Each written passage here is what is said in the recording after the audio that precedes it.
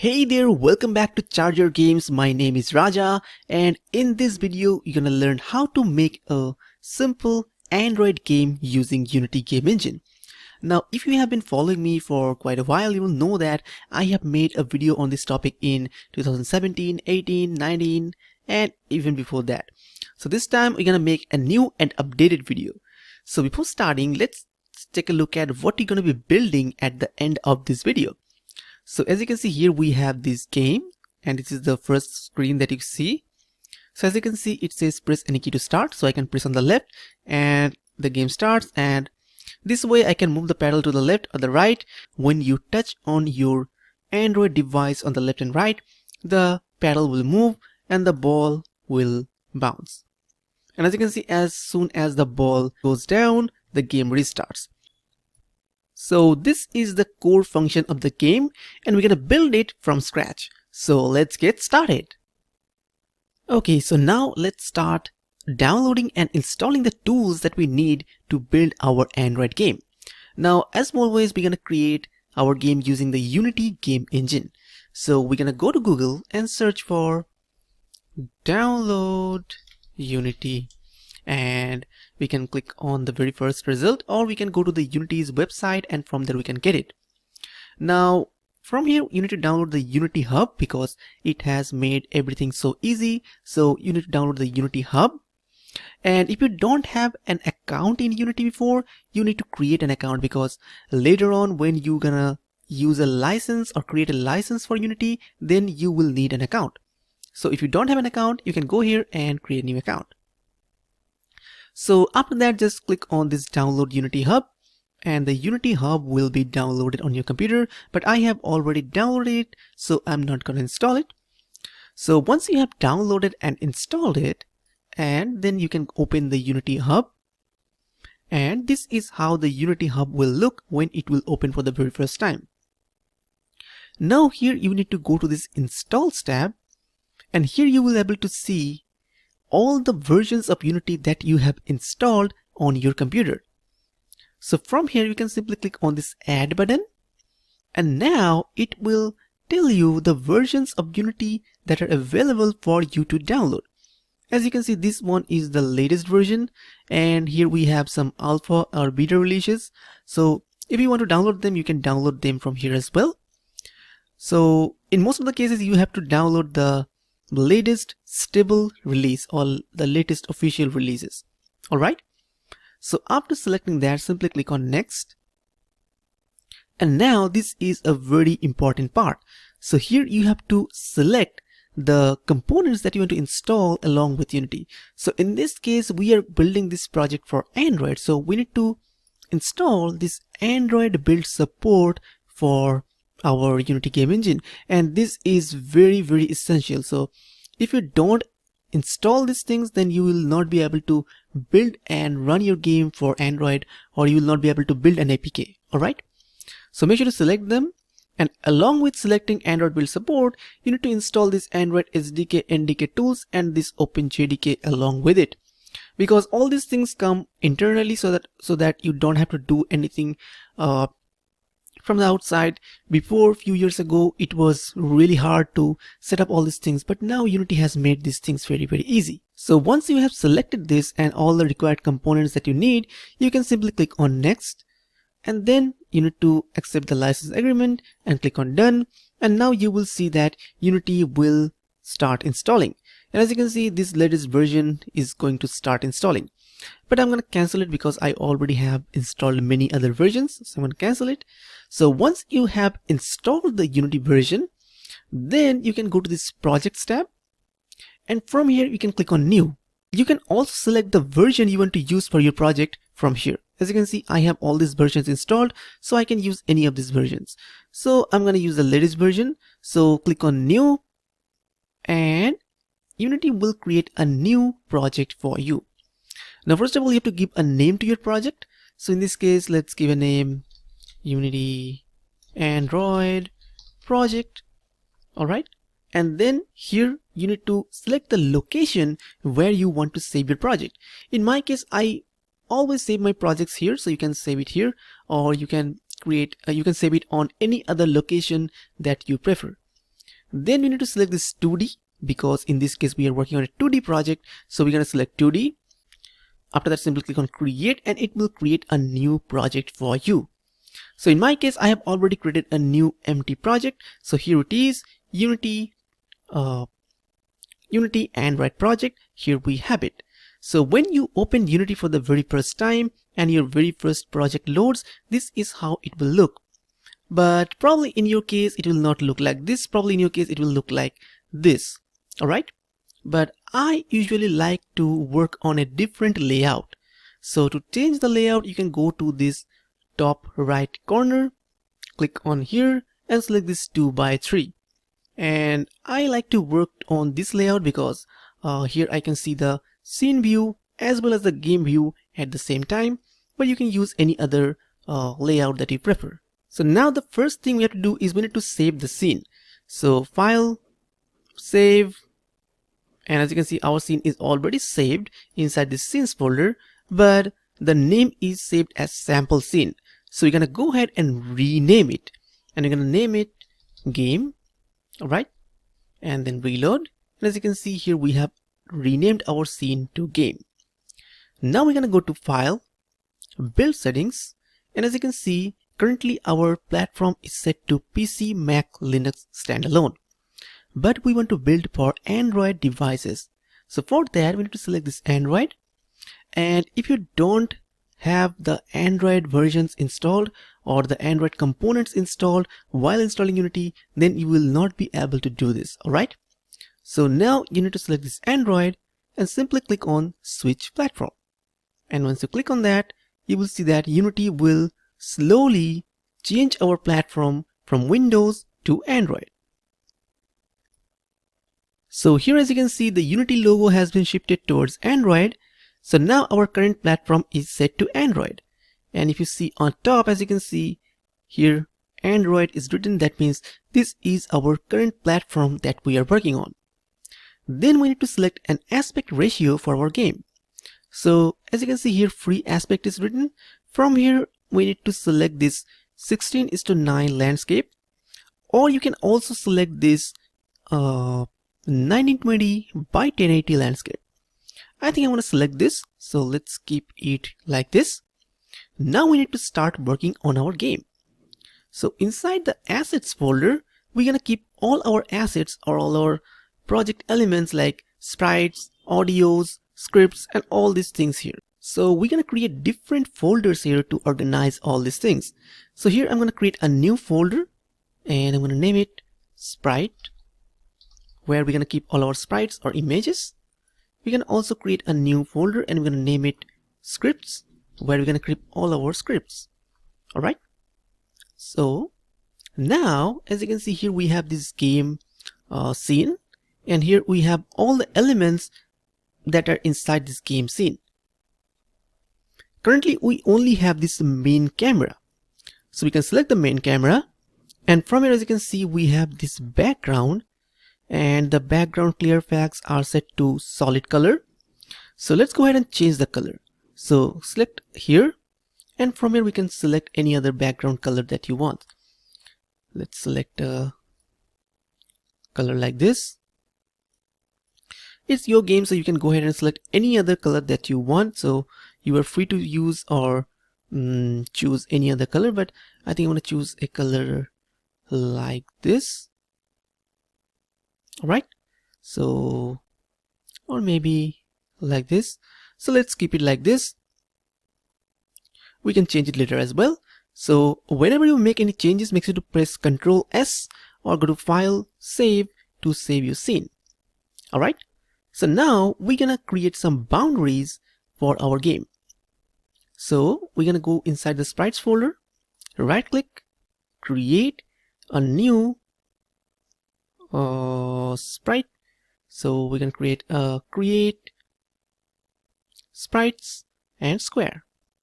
All right, so now we're going to drag this square right here on the hierarchy, and as you can see here, we have our square. Now I can move it on the top like this.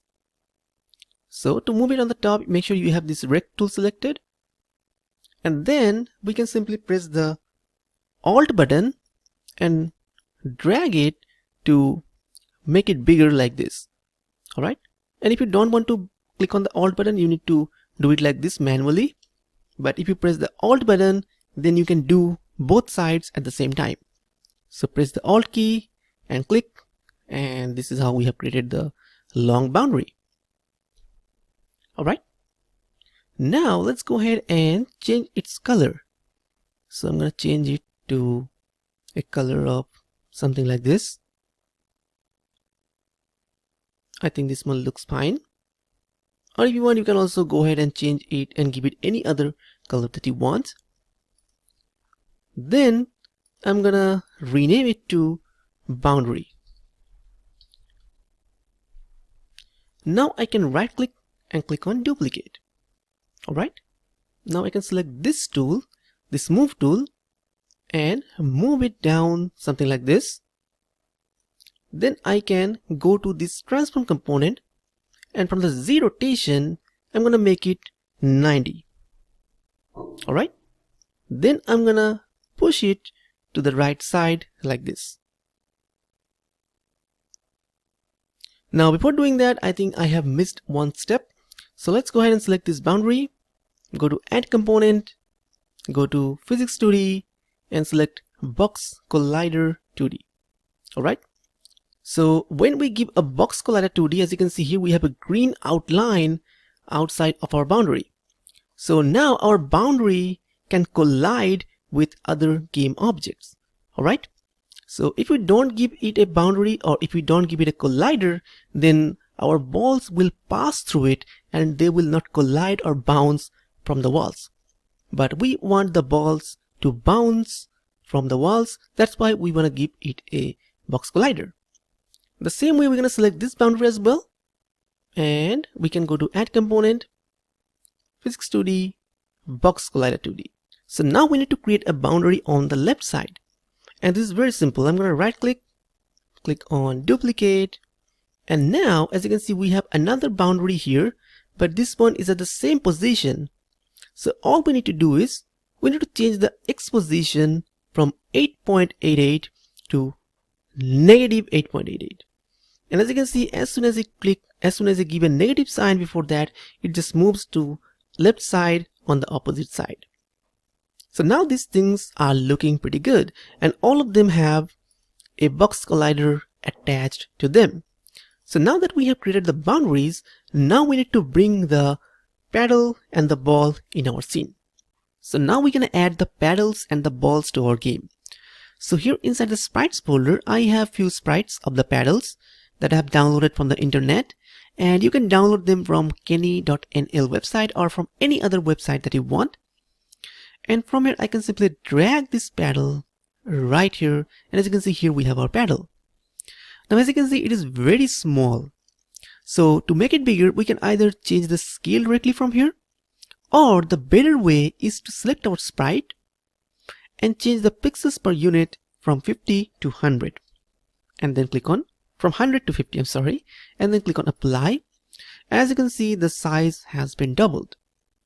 Now I can simply select it and move it down like this. Alright, the same way we can select our ball and drag it like this, and then we can select the ball sprite, change the pixels per unit from 100 to 50, and then click on apply. So now we have our paddle as well as our ball right here on the screen. Now we need to find ways so that we can move our ball and move our paddle, bounce our ball, and do all these things that we want. And whenever you make any changes, make sure to save the scene. So I'm going to press Ctrl S to save the scene. Now I'm going to select our ball blue, and I'm going to rename it to ball. Now we're going to add a physics component to our ball. Now we want our ball in the game to bounce through the walls, to bounce from the paddle, and then we want it to collide with the paddle and the boundaries. So that's why we need to add some physics mechanisms to the ball. Alright, to do that in Unity, we need to simply add a component called rigid body 2D. So here we're going to click on add component, physics 2D, and rigid body 2D. And where is that? So here we have the rigid body 2D. So as you can see, when we added this rigid body 2D component, it automatically has these properties like mass, drag, gravity scale, and all these things. So Unity's physics engine gives this thing to us already, or by default, when we add this rigid body 2D component to any game object. So in this case, we have added it to the ball. And now if I click on play, you will see that the ball will fall down. And that's because it now has a gravity scale of 1. So the ball is now affected by physics, and that's why it is falling down. Now we need to give a collider to the ball so that it can collide with other game objects. So I'm going to go to add component, physics 2D, and give it a circle collider 2D because our ball has a circular shape. So if you go ahead and zoom in, first of all, I'm going to disable the gizmo of the camera because it's making problem. So I'm going to disable it. So as you can see here, we have a green outline. That means our ball has a collider attached to it. All right. So now we have a collider attached to the ball, but still the ball will fall down because our paddle doesn't have a collider. All right. So now we're going to select our paddle blue and let's rename it to paddle. And now I'm going to go to add component, go to physics 2D, and add a capsule collider 2D object. And as you can see here, we have the capsule added to the paddle. And now we can click on this edit collider button and edit the collider directly from here. And as you can see, the direction of the capsule is set to vertical. So that means if we change the X or Y size, it will still remain vertical like this. It will still remain vertical, but we want it to be horizontal. So that's why we're going to change the direction from vertical to horizontal. And now if I change the X or the Y values, and as you can see, it will shrink down like this, and it will simply take the shape of any object that you want. In this case, we need to take the shape of this paddle. You can also select this edit collider button and edit it directly from here. So anything that you think is more suitable for you, you can use that option and create a collider around it. So now we have a nice capsule collider all around our paddle. All right. So now our paddle is ready to take all the collisions. So now if I go ahead and click on play, you will see this time the ball will fall down, but it will not go through the paddle. That's because our paddle has a collider attached to it now. All right. So now let's go ahead and move on to the next step. Now let's make the ball bounce. To make the ball bounce, we need to add a physics material to the ball. So to do that, we're going to go to this assets folder, right click, create, and from here we're going to create a physics material 2D, and we're going to name it bounce, not bounce, bounce. And now we're going to change its friction from this point to 0. That means we don't want any friction, and we're going to change the bounciness to 1. All right. So now our bounciness is set to 1. That means the ball has the maximum bounce property. Okay. So now if I go ahead and click on play, you will see the ball will fall down and it will bounce, but it is not bouncing. And that's because we have created the property, but we have not added it to the ball. So as you can see here, we have the circle collider 2D, and here we have the material. We can simply drag and drop our bounce property in the material. So let's drag it and drop it on the material. So our ball now has this bounce property attached to it. Now we can click on play, and you will see the ball keeps bouncing.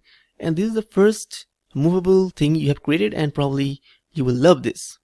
All right. So the ball is bouncing. So we have done the first step.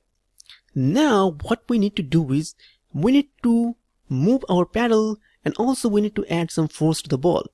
To do all these things, we need to create our very first scripts. All right. The scripts give behavior to our game objects. In this case, we want to give some behavior to the pedal and also to the ball. So first of all, let's try to move our pedal left and right. So let's go ahead and create a new script. So I'm going to go inside the scripts folder, right click, create a new C# script, and make sure to rename it directly here, because if you try to rename it later, you will not be able to do it. So let's name it pedal controller, or simply you can name it pedal because that's simpler. So let's make it pedal. Now we can select our pedal and drag and drop the script right here. So now the pedal script is attached to our pedal. That means anything that we write inside the pedal will control or will affect the pedal. Now I can simply double click on it to open it in Visual Studio.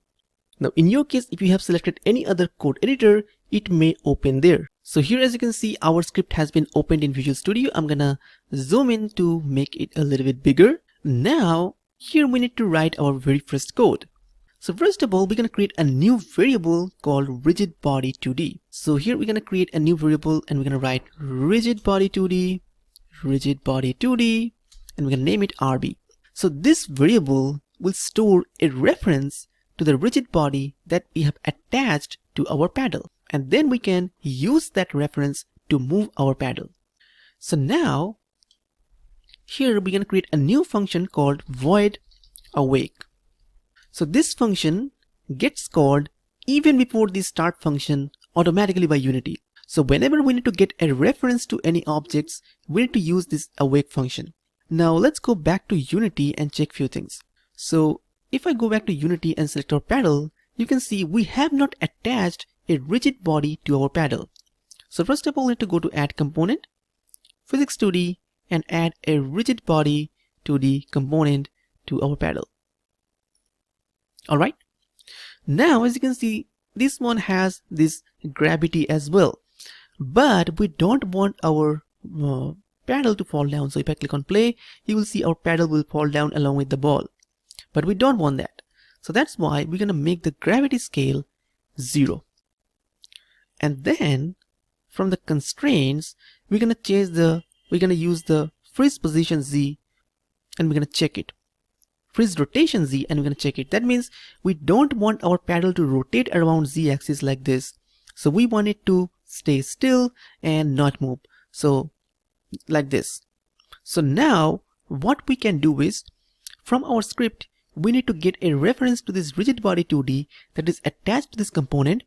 And then by using the rigid body 2D and by using the physics functions, we need to move our pedal using some physics forces. So let's save it and go back to our scripts.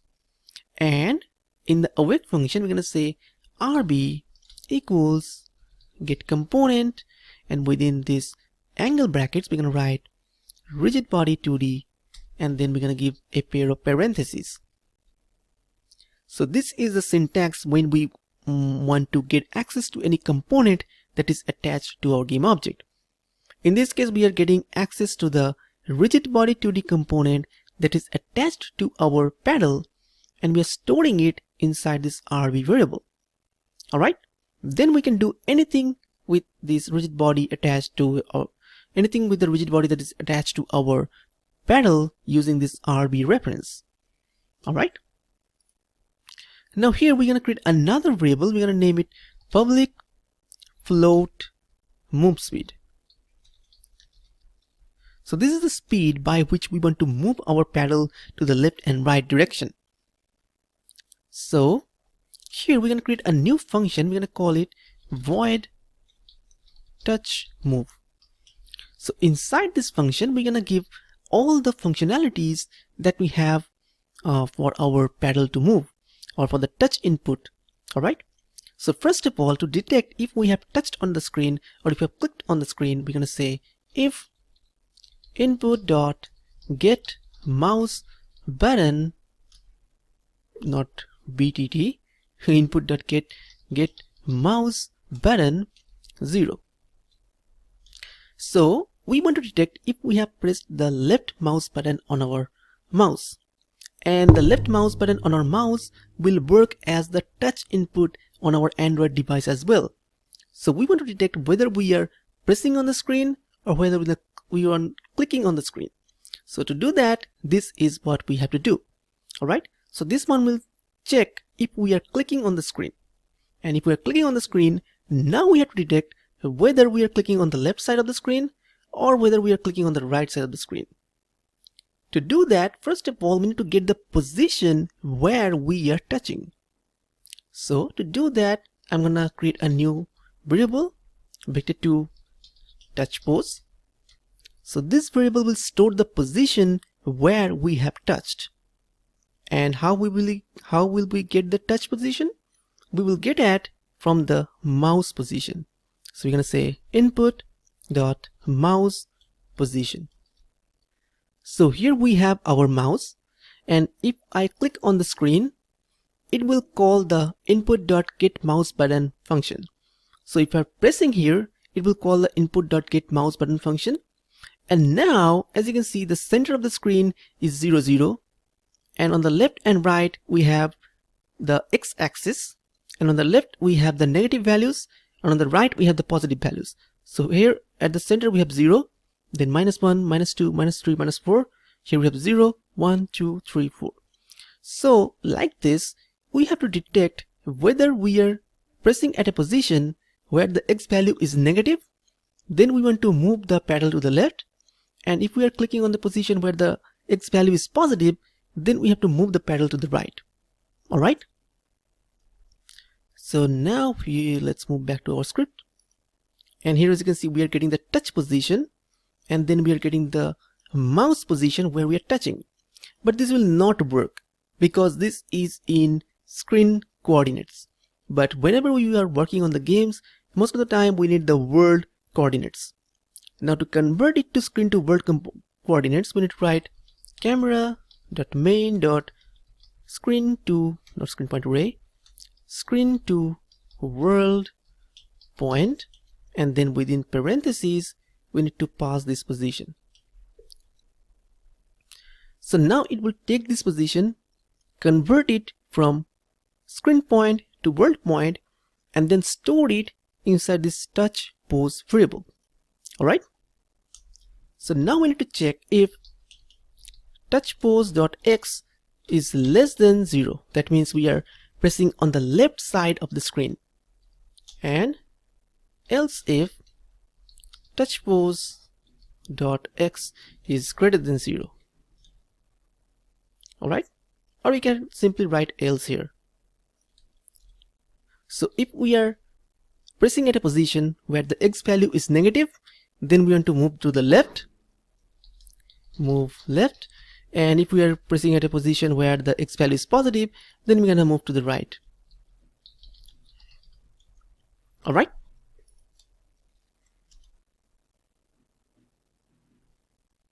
So how can we move to the left and how can we move to the right?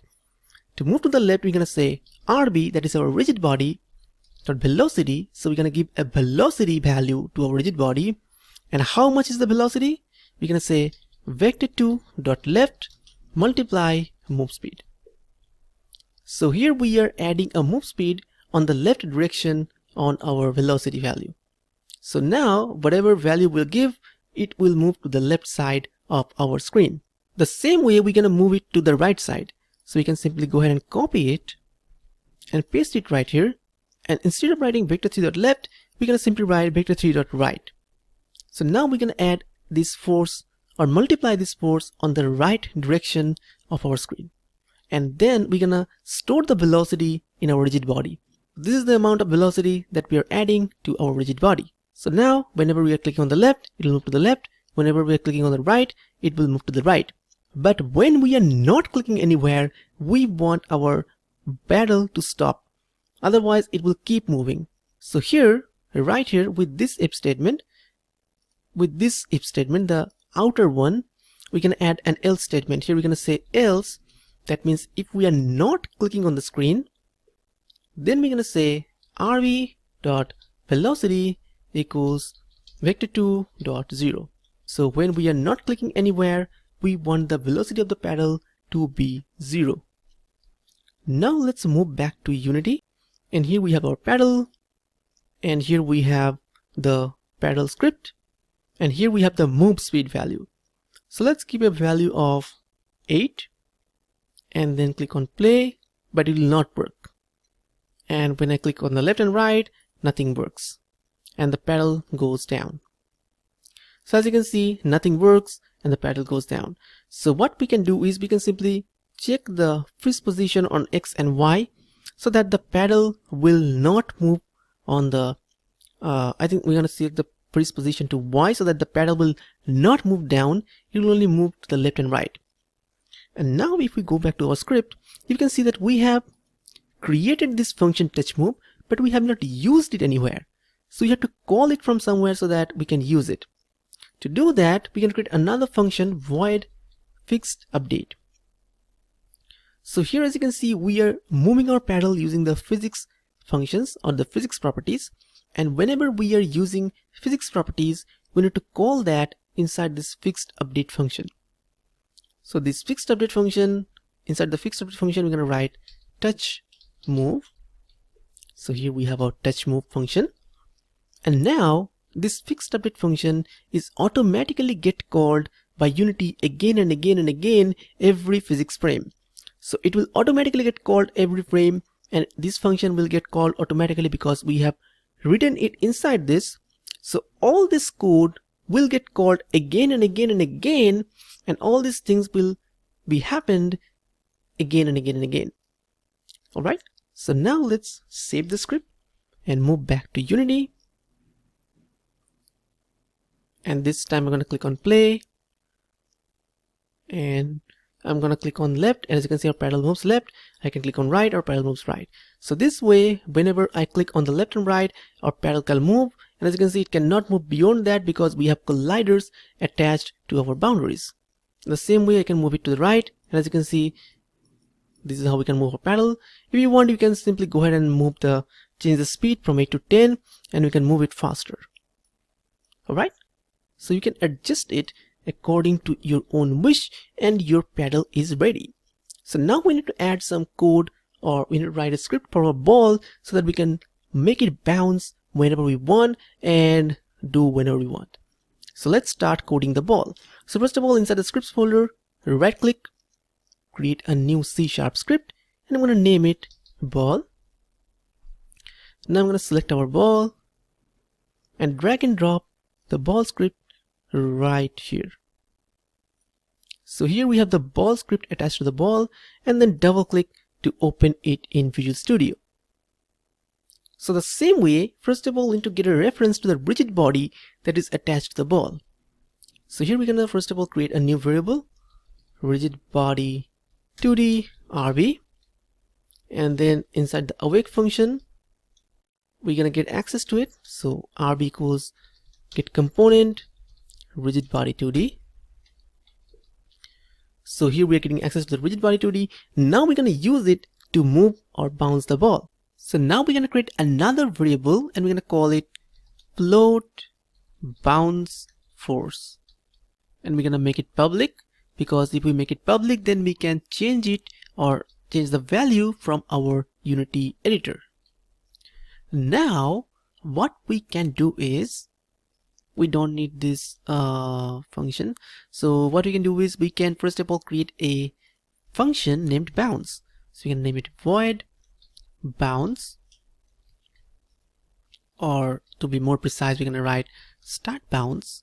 So what this function will do is, this function will make our ball move to a random direction or add force to our ball in a random direction. So first of all, we're going to create a new variable, vector2 random direction. And how can we get the random direction?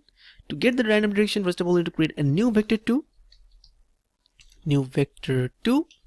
Then for the x value, we're going to choose a random value. And to choose a random value, we need to write random dot range. And inside the range, we're going to write -1 as the minimum value and +1 as the maximum value. And then for the y value of the vector2, we need to write 1. Alright. So this is how we are getting the random direction.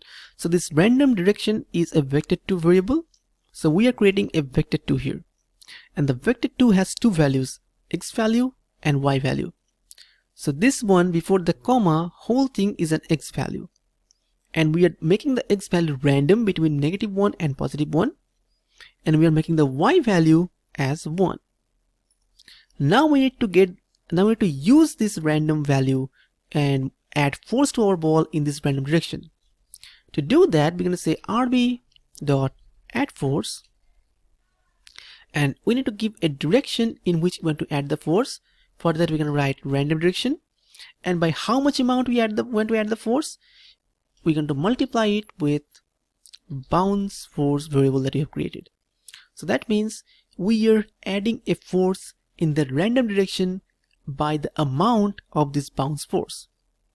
And then we can write a comma, and here we're going to write force mode 2D dot impulse.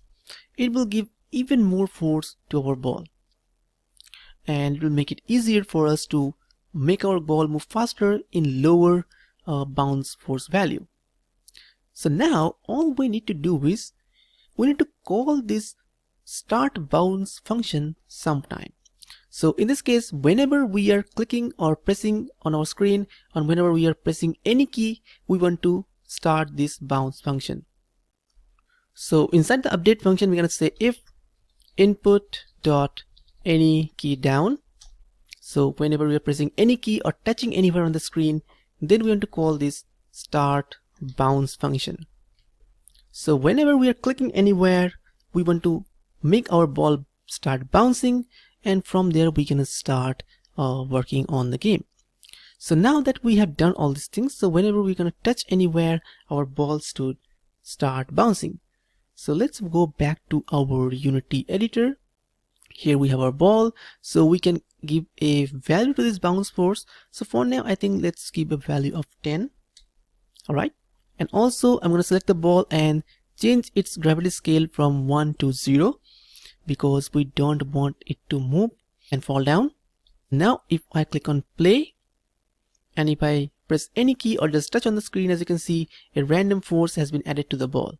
So if I go ahead and start again, this time again I can click on anywhere, and as you can see, the force is added to the ball in a random direction. So I can click on play and start again, and if I click, random force has been added and the ball keeps moving and goes down, and I can also move the paddle to make the ball bounce. So what we can do is we can make the bounce force a little bit smaller, like 8 or 5, and that will be more accurate. So now we have added the script to the ball as well as to the paddle. So now we can move the paddle, and also we can move the ball or make the ball bounce. Now we need to do other things, like when the ball falls down, we need to restart the game. We also need to add scores, and we also need to create the menu. So that's what we're going to do next. Okay, so now let's see how we can restart the game when the ball falls down. So to handle all these things, all these different mechanisms of the game, we're going to create a new script called Game Manager, and we're going to create a new Game Manager object that will handle all these things. So here we're going to right click, and we're going to create an empty game object, and we're going to name it Game Manager. Then we're going to create a new script inside the scripts folder, and we're going to name it Game Manager. Now we're going to simply drag and drop the Game Manager script on our Game Manager game object. Let me wait for Unity to load it. All right. Now let's double click to open it in Visual Studio. So here we have our Game Manager. Now we want all our scripts to access this Game Manager script easily, because here we will have all the controls of the game. So that's why we're going to make it a static instance. And when we create a static instance, all other scripts will have easy access to this Game Manager script. So here we're going to write public static Game Manager instance. Then we're going to create the awake function, and inside the awake function we're going to say instance equals this. All right. So here we are creating a static instance of the game manager, and we are setting the instance to this instance, that is the instance that we have in the game, to this game manager. So if we write this code, then all our other scripts will have easy access to this game manager and all its public functions. Okay, so now here we're going to create a new public function, public void restart. So this function will help us to restart the game whenever something happens, like whenever the ball falls down. Now to restart the game, we need to reload the scene. And to reload the scene, we need to import or use another namespace, because the functions that we have there are part of another namespace.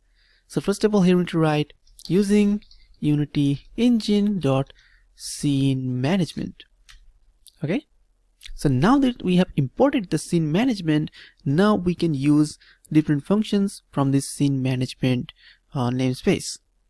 So inside restart, we're going to say scene manager, not mang, scene manager dot load scene. And which scene we want to load? We want to reload the current scene that we have. That is, we have only one scene in the game and we want to reload that one. So either you can write within quotation the name of the scene. So in this case, the name of the scene is game, so you're going to write it, or there are other ways to do it as well, but in this case we're going to keep it simple and simply write the name of the scene. So if you go to Unity, you can see, if you go inside the scenes folder, let me wait for it to finish loading. As you can see, the name of the scene is game, and you need to write it exactly as it is written here.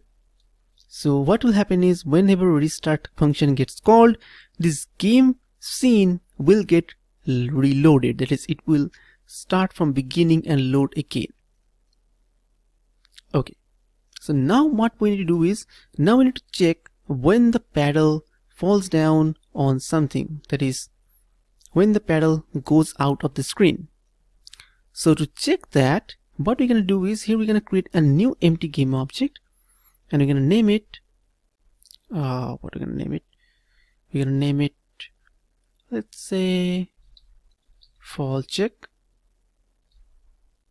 Okay, we're going to reset its position, then we're going to position it somewhere like this, out of the screen. So this square that you are seeing, this is the camera or the camera view of our scene, and anything outside of this is outside of the screen. So we want the ball, whenever the ball goes out of the screen, then we want to restart the scene. So we're going to select this fall check, go to add component, physics 2D, and we're going to add a box collider 2D. Now we're going to click on this edit collider button and simply drag it to make it large enough like this. So now whenever the ball goes out of the screen, it will collide with this, fall check, and then we're gonna what we're gonna do is, we're gonna restart the game. So whenever our ball collides with this object which is outside of the screen, then we're gonna restart the scene. Alright, now another thing we can do is, we can go ahead and add a tag to this one. So as you can see here, we have a tag and currently it is untagged. So you're gonna click here, click on add tag, click on add, and here we're going to say fall check. Okay, now again we're going to select this one from the tag, select fall check. So now we have this fall check tag attached to this fall check object. So now all we need to do is, we need to go to our ball script. So here we have our ball script, and we need to find a way so that we can detect whether the ball is colliding with anything. So to detect that, Unity has a very good function called onCollisionEnter2D. So you're going to write void onCollisionEnter2D, and exactly like this. So now what we can do is, we can simply check if the ball is colliding with a game object which has this fall check tag attached. So to do that, we're going to say if collision dot game object dot tag equals false check, and if this happens, then we're going to say we can simply restart the game. And to restart the game, we're going to say game manager dot instance dot restart. So this is how it will call the restart function from our game manager script from our ball script. So here, whenever our ball will collide with any other collider, this function will get called automatically by Unity. And then inside this collision variable, it will pass information about the object with which we are colliding. So from this object or from this variable, we will get the access to whatever thing it has collided with. So we are checking if we have collided with an object which has this false check tag attached, then we're going to simply restart the game or restart the scene. So if you see here, you can see here we have this false check tag attached to this game object. So whenever our ball will go out of the screen, it will collide with this one, and this one will call the restart function, and our game will be restarted. So let's see. Let's click on play. Click, and ball goes out of the screen, and it gets restarted again. Ball goes out of the screen, and it automatically gets restarted again. So our restart mechanism is working fine, as you can see here. Okay, so now let's go ahead and create the scoring mechanism for the game. So whenever our ball will touch the paddle, we're gonna increase the score. So first of all, let us go ahead and create an UI element that will display the score on the screen. So to do that, we're gonna click here, go to UI, and create a new text object. So as you can see, we have a text object here, but we cannot see it in the scene. If I double click on it, we can see here we have a new text selected.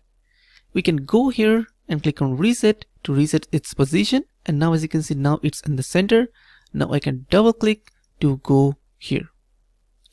Now whenever we create a new UI element, a canvas object comes automatically with it. So all our UI elements are part of this canvas. Now what we want to do is we want to make this canvas such a way so that it will scale with any screen size that we want, so that our UI elements will not be so much smaller or bigger or go out of the screen. So we're going to select the canvas, go to canvas scaler component and click on scale with screen size. And for the screen resolution, we're going to give 1920 by 1080. Just the resolution that we are using. So now it should work correctly. Now I can select our text, go to this rect tool and increase the size of the box that we have inside which we have our text. Then we can put it on the center like this. Okay. Now we can reset the position. Reset its position like this. So here we have our text position. And now what we can do is we can select the text, and from the alignment we're going to make it center on vertical axis and center on the horizontal axis as well. So this is where our text is now. Now we can go ahead and change the font size and increase it like this. And let's change the text to 0 so that it represents our score. Now for the font, I have downloaded few fonts from the kenny.nl website. You can go ahead and download any other free fonts from any other free fonts website like DaFont or anything. So I can go to font, click on this small circle, and now I can select the fonts that I have here. So I can select this font or this font. I think I'm going to use this one, and then I'm going to increase the font size like this. Then I'm going to position it somewhere like this. Increase the font size a little more. I think I cannot increase it anymore, so I think this one should look good. Let's check how much it can go. So 10, 100. So if we make anything more than 10, it cannot show it. So let's go ahead and make the size a little bit bigger, something like this. and then position it on the center. Okay, now it can show 100, 1000, 10,000, anything that you want. So let's make it 0. And now for the color, let's make it white. And now the alpha value of the color, we're gonna make it smaller, something like this, so that it becomes a little bit transparent, something like this. And whenever the score increases, it shows somehow like this. So this is 0, this is 1, this is 2, this is 10, 100, and this is how our score will be shown on the screen. Okay, so now that we have created the score, let's rename it to score text. Now we need to find a way to increase our score, and also we need to find a way to update the value of score on the screen. Okay, so let's go back to our scripts, and here we have this game manager script. And inside the game manager, first of all, we need to create a function called scoreUp, public void score up. So this function will handle the scoring mechanism of our game. So first of all, here we need to create a new integer variable called int score, which will store the value of our score. So initially it will be 0, and after that it will slowly increment to 1, 2, 3, 4 like this. And another thing we need to do is we need to create another variable to store the text element of the score that we have created, the score text that we have created. To do that, here we're going to say text score text. So this text is our UI element text. But as you can see, currently it says red. That's because we have not implemented, or we have not imported, or we have not used the namespace inside which we have all the UI elements in Unity. So in Unity, if we want to use the UI elements, then we need to write using Unity engine.ui. So now as you can see, as soon as I write UI, this text becomes green, and now it is a valid statement. So now what we can do is, inside the scoreUp function, we're going to say score plus plus. That means increment the value of score by 1. So whenever the scoreUp function will get called, we will increase the value of score variable by 1. And along with that, we can also update the value on the screen. So we need to update the value of our score text, which is shown on the screen. To do that, we're going to say score text dot text, that is, we are changing the text property of the score text, and we are setting it to score. So we are changing the text property of our score text that we have on the screen, and we are setting the value to the score value that we have.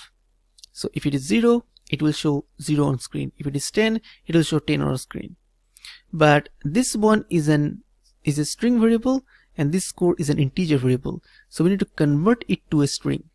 So we're going to write score dot to string, and now everything should work fine. Now our score will be incremented whenever the scoreUp function will get called, and it will also show the updated score on the screen. Now we're going to make it public. We're going to make our score text variable public, because we need to drag and drop our score text in this reference so that we can get access to that score text. So now we need to go back to our ball script, and as you can see here, we are checking if our ball is colliding with the fall check. The same way, we're going to say else if collision dot game object dot tag equals paddle. So if our ball collides with the paddle, then we're going to simply call the scoreUp function from our game manager. So here we're going to say game manager instance dot scoreUp.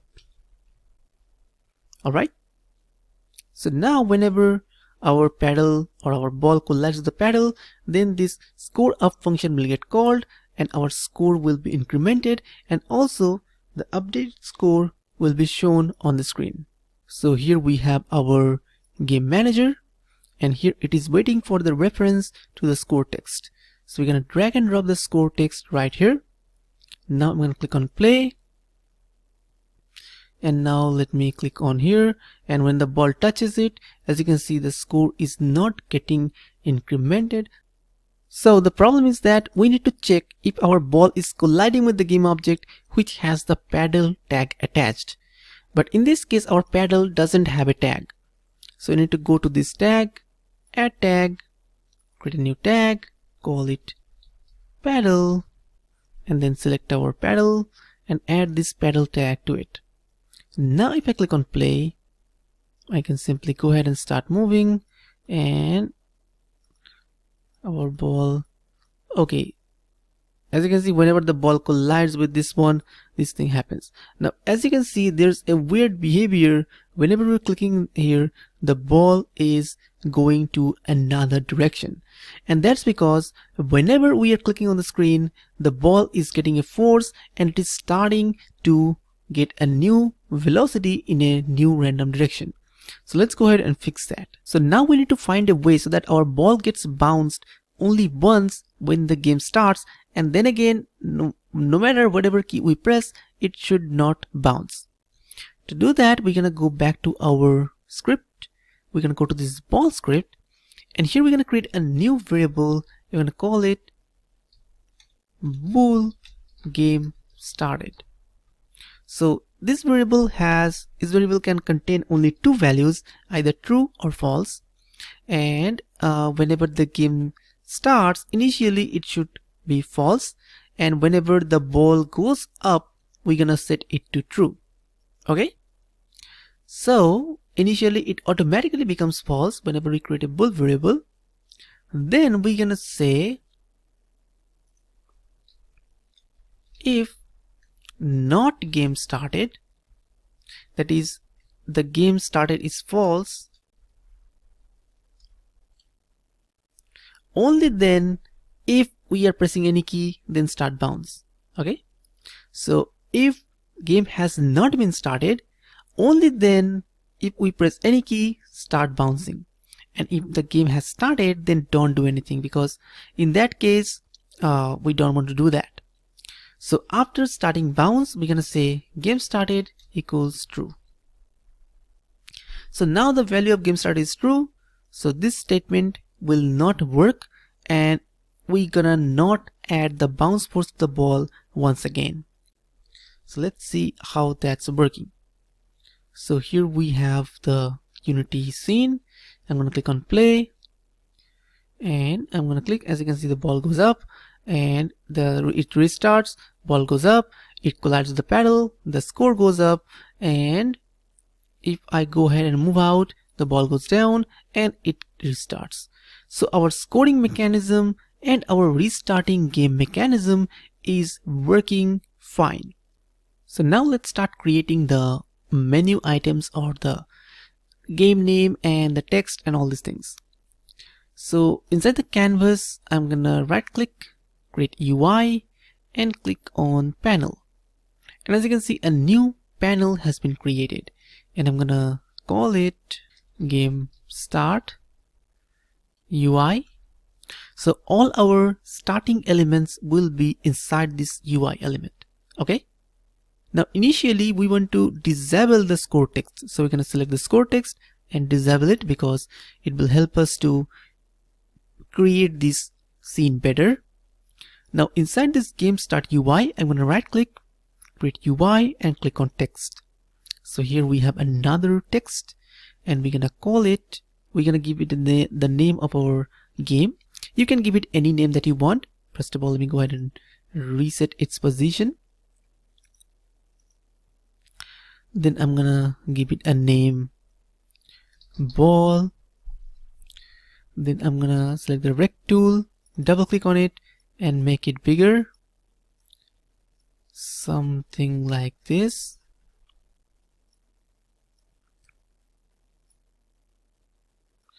Then we're gonna increase its font size, make it center,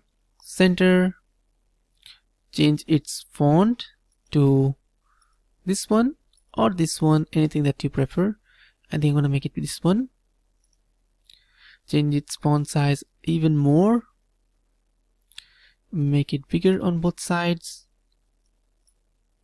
center it, change its color from this one to white maybe, or yellow, anything that you'd prefer. I think this one doesn't look that bad.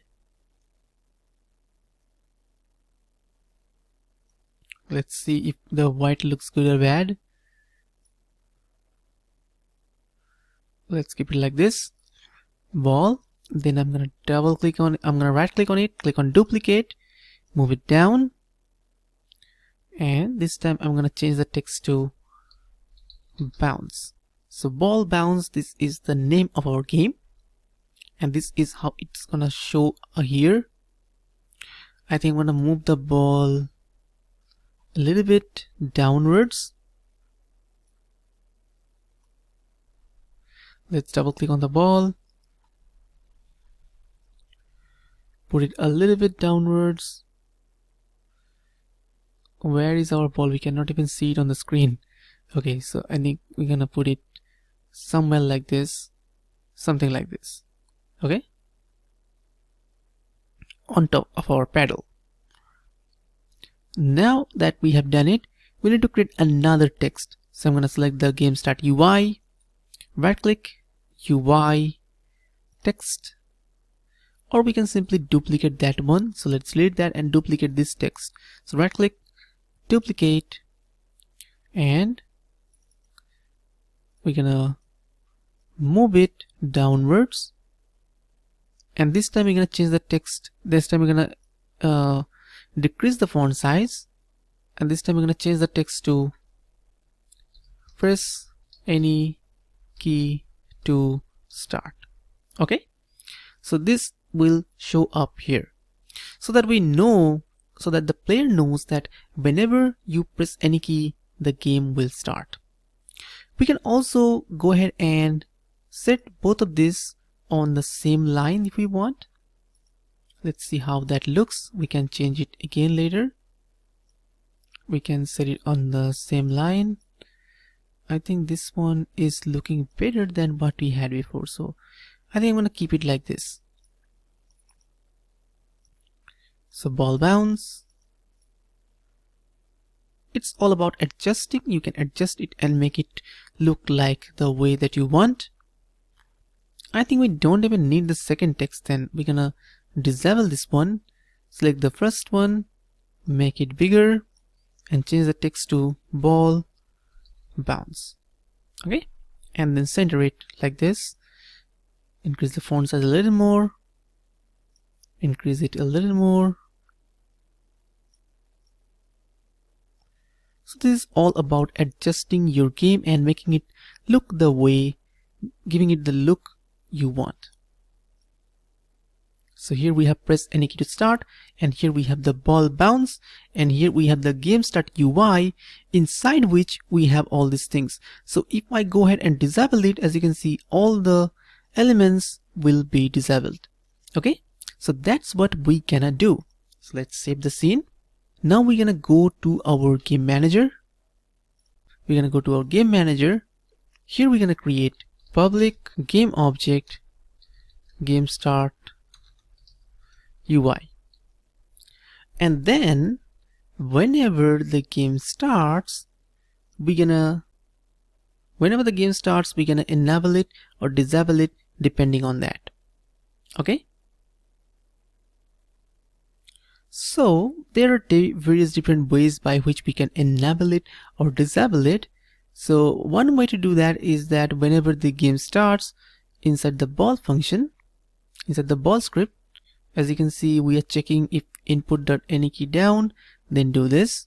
So here, when the game started becomes true, we're gonna also say game manager dot instance dot game start UI dot set active false. So whenever you want to deactivate anything, you need to call this set active function. So now whenever the game starts, we're gonna deactivate the starting UI, and along with that we need to reactivate our score text. Okay,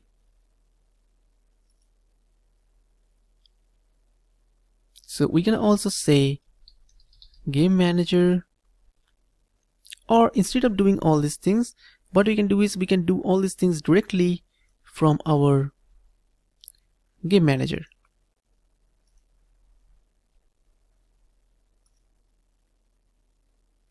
So inside the game manager, we can create a new function.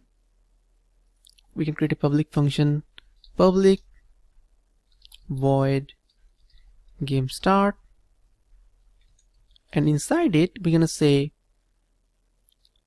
game start UI dot set active false. So whenever the game starts, we're gonna set it to false, and then we're gonna say score text dot game object dot set active to true.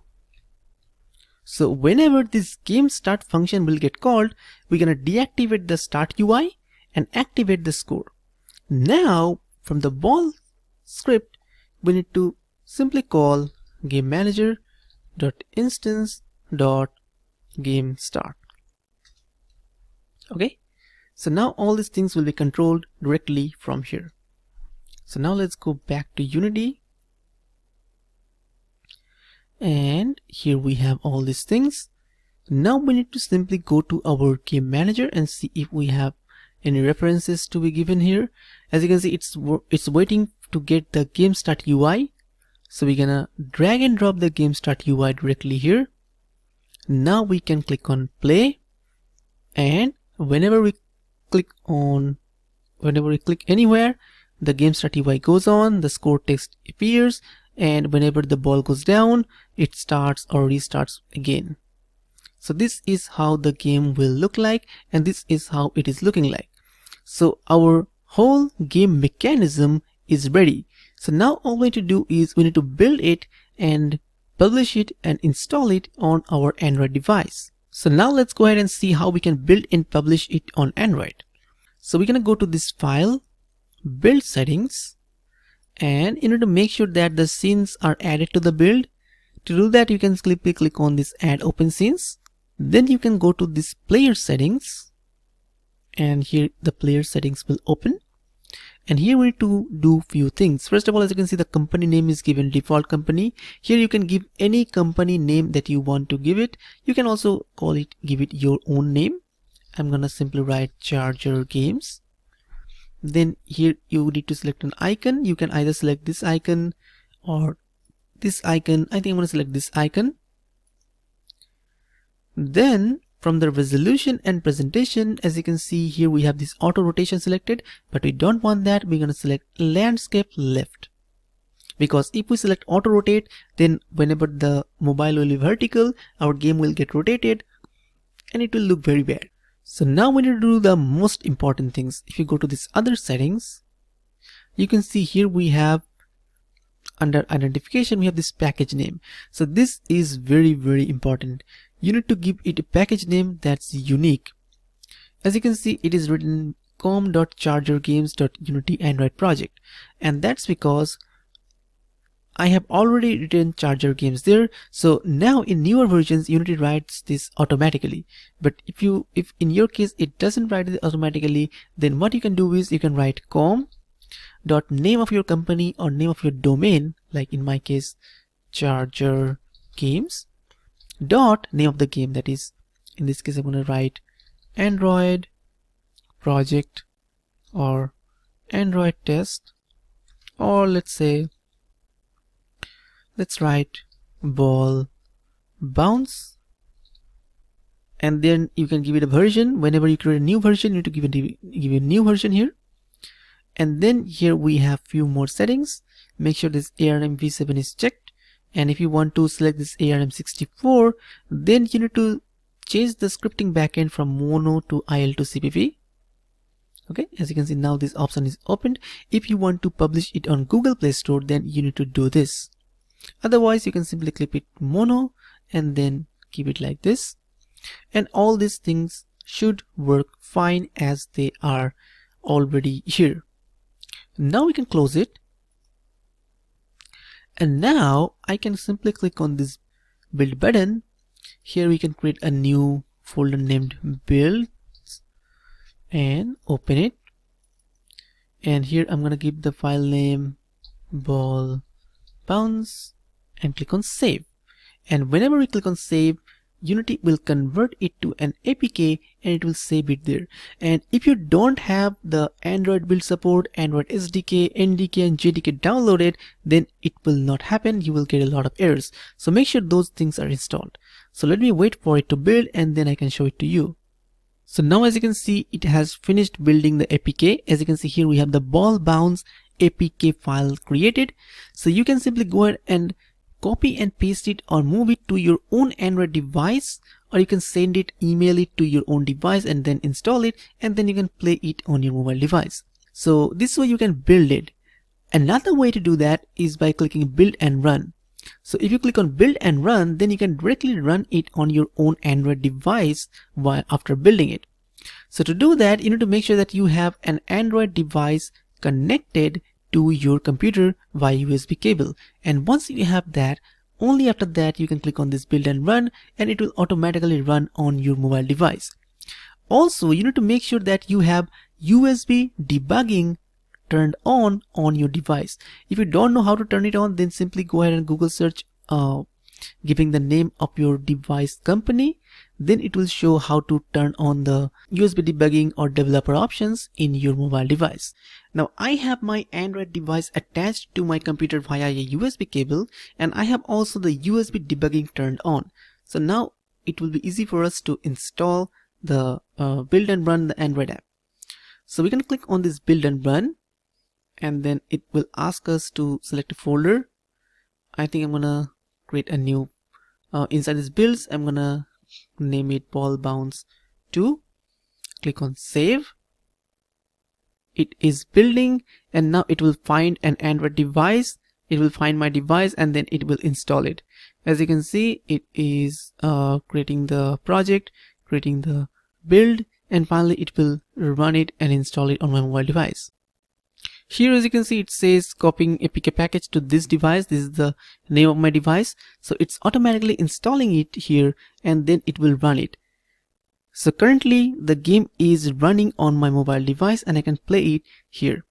So in my mobile device, I can simply click left and right and move it, and the paddle will move, and whenever the ball falls down, it goes and restarts again. So the game is working absolutely fine on my Android device and it's working. So this is how you can go ahead and build and run the game on your mobile device. Okay, so this way we have learned how to build a complete simple Android game from start to finish using Unity Game Engine and C#. Hey there, thank you so much for checking out this video. If you want to learn more and build some more cool Android games like 3D runners, 2D racing games and more of this stuff, then you can check out my complete game development courses from the links in the description below. So you can check the links in the description below, join my courses and learn how to build more Android games, publish them to Google Play and implement video ads in your game and all this stuff. So thank you so much for watching. If you enjoyed, you can subscribe to my channel to get more of this content, and I'm going to see you in another video.